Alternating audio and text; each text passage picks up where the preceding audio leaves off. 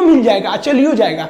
तो इससे जो है मीटर की रीडिंग नहीं उठ पाती थी। अब मीटर लोग खूब लगा देते थे, अब बिजली नहीं आता था, तो सरकार इससे परेशान थी। तो सरकार ने ना उसके जगह पे ले दिया डिजिटल मीटर।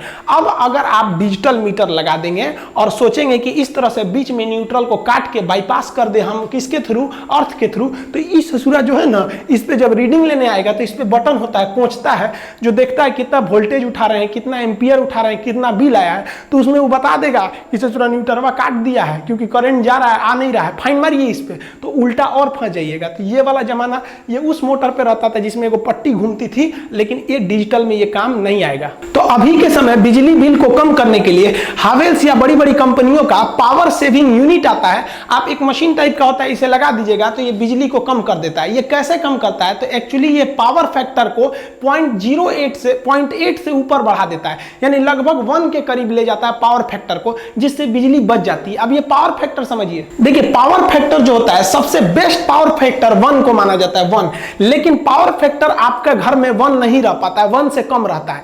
तो 0.8 तक है ना, तो ठीक है, ये लगभग 1 के करीब है। लेकिन 0.8 से कम है, 0.7 है, 5 है, 2 है, तो आपका बिजली बहुत ज्यादा उठ रहा है। तो ये पावर फैक्टर को आपको 1 के करीब रखना है। 0.8 है तो ठीक है। कैसे होते हैं सब पावर फैक्टर? तो देखिए ध्यान से, जो हमारा लोड होता है, जो मशीनें को हम लोग यूज करते हैं, बल्ब वगैरह, वो 3 तरह के लोड होते हैं। एक होता है रेसिस्टिव लोड। रेसिस्टिव लोड उसे कहते हैं जिसमें लाइट और हीट उत्पन्न होती है, जैसे कोई बल्ब वगैरह हो गया, तो ये रेसिस्टिव लोड है। इसमें कोई भी चीज घूमने वाला नहीं होता है, तो ये ज्यादा बिजली नहीं उठा पाता है।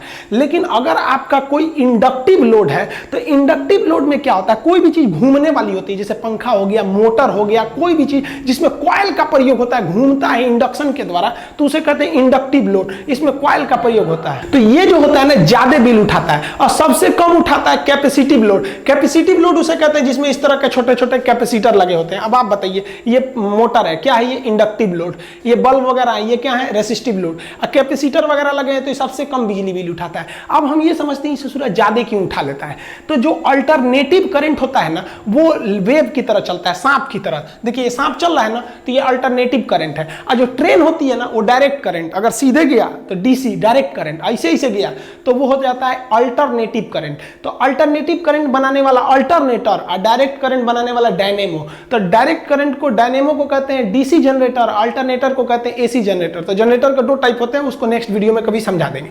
तो जो करंट होता है हमारे घर में एसी, वो सांप की तरह चलता है, तो इसे हम कहते हैं वेव। इसी को फ्रीक्वेंसी होती है। फ्रीक्वेंसी का मतलब होता है फेरा। तो हमारे घर में जो करंट आती है उसकी फ्रीक्वेंसी होती है 50। यहां आप देखिएगा सांप का 2 फेरा दिखेगा, एक ये वाला फेरा हो गया और एक ये फेरा हो गया। तो इसकी फ्रीक्वेंसी कितनी दिख रही है? 2। लेकिन जो घर में करंट आ रहा होता है उसकी फ्रीक्वेंसी 50 होती है, यानी 1 सेकंड में वो 50 फेरा मार देता है वो। तो जो कभी देखिए, इसमें भी जो करंट आता है हमारे घर में, उसमें 2 चीजें होती है। एक होती है वोल्टेज, यानी जो प्रेशर जो बिजली को ढकेल रहा है, और एक करंट जो इलेक्ट्रॉन आ रहे हैं। तो करंट होता है और जो वोल्टेज होता है, उन दोनों का जो टर्म है, जो फेरा है, वो जो वेव है, वो एक के ऊपर एक रहना चाहिए, तभी अच्छा माना जाता है।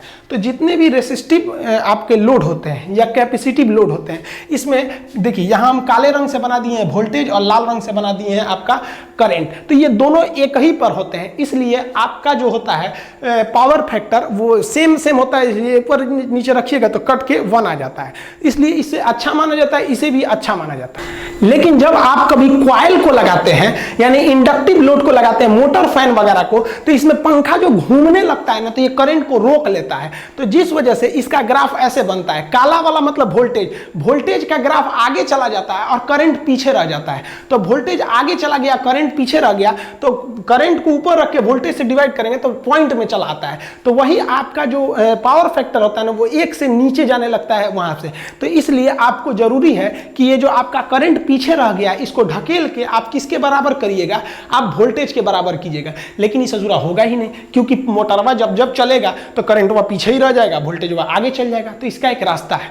जैसे मान लीजिए किसी 2 आदमी को एक जगह पे पहुंचना है 10 किलोमीटर की दूरी पर, एगो तेज दौड़ने वाला, एगो धीमा दौड़ने वाला है। तो एक काम कीजिए ना, अगर साथे पहुंचाना है तो धीमे दौड़ने वाले को पहले ही दौड़ा दीजिए, दौड़ जोरे, और उसके आधा घंटा बाद दूसरा का को छोड़िए। तो यही काम करता है ये हावेल्स का जो मशीन है, कई कंपनियों के आते हैं, एंकर वगैरह के पावर सेविंग मशीन। ये क्या करता है, जैसे इसको लगा देंगे ना, जैसे मोटर ऑन करेंगे तो वो करंट को ढकेल के बहुत आगे भेज देता है, कहता है भाग जाओ तुम भाग जाओ, और उसके बाद पीछे से वोल्टेज को छोड़ता है। तो तो करंट का स्पीड धीमा था, वो धीरे धीरे जा रहा था, वोल्टेज पकड़ के उसको एक ही वेव बना देता है, जिस वजह से हमारा पावर फैक्टर लगभग 1 के करीब आ जाता है और हमें बिजली की बहुत ही ज्यादा बचत हो जाती है। आई होप आप समझ गए होंगे। अब नेक्स्ट वीडियो में हम समझा देंगे आपको एसी करंट और डीसी करंट में क्या अंतर होते हैं, मोटर में किस तरह से बनाए जाते हैं, शंट मोटर क्या होता है, सिंक्रोनस मोटर क्या होता है, ट्रैक्शन मोटर क्या होते हैं, सब कम्यूटेटर कहाँ होता है, अल्टरनेटर और डायनेमो में किस तरह का अंतर होता है और जनरेटर किस तरह से काम करता है। मिलेंगे नेक्स्ट वीडियो में, तब तक के लिए जय हिंद।